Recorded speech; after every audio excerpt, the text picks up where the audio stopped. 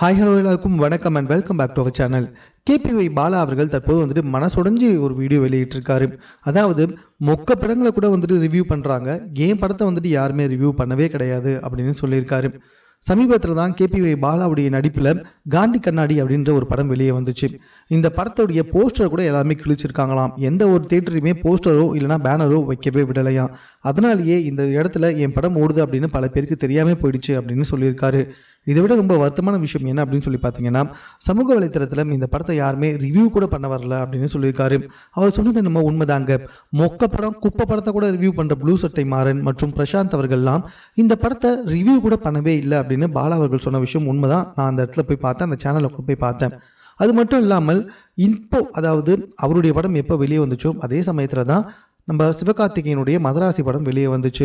So இந்த சமயத்தில் பாலாவுடைய படத்தை பற்றி எல்லாமே பெருமையாக பேசிட்டாங்கன்னா மதராசி படத்துக்கு அது ஒரு மிகப்பெரிய அடியாக இருக்கும்.